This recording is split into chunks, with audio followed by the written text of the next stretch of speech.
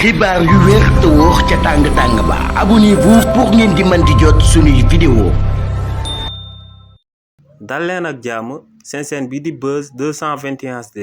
kii di Pape Malick Ndour di ancien ministre de la jeunesse ci régime président Macky Sall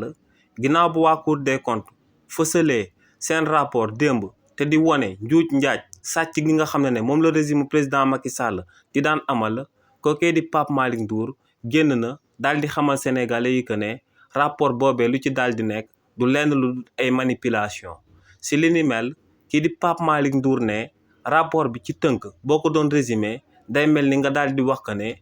ji nañ góob nañ nawet gi passé na waaye ba tey amaguñ lu ñu war a mën a dundee. nee nag bépp sénégalais bu buggee daal di lire rapport bi ba noppi daal di koy comprendre moo ngi koy conseiller mu dem daal di lire rapport bi nga xam ne moom lañ amale ci dette publique bi ci réewu Sénégal te Cour des comptes amaloon ko en 2022 ne ku lire rapport boobee di nga daal di mën a comprendre rapport bi nga xam ne fësal nañ ko mu daal di jëm ci dette publique bi en 2024. ne moo ngi sàkku tamit ci bépp sénégalais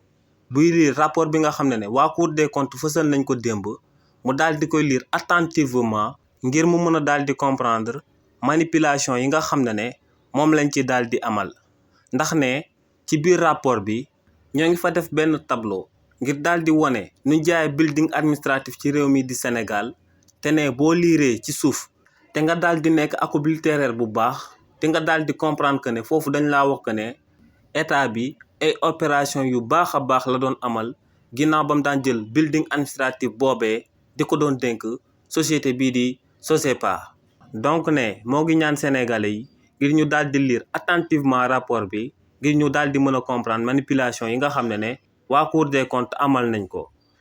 xibaar yu wér te wóor ca tàng ba abonnez-vous pour ngeen di mën di jot suñuy vidéo.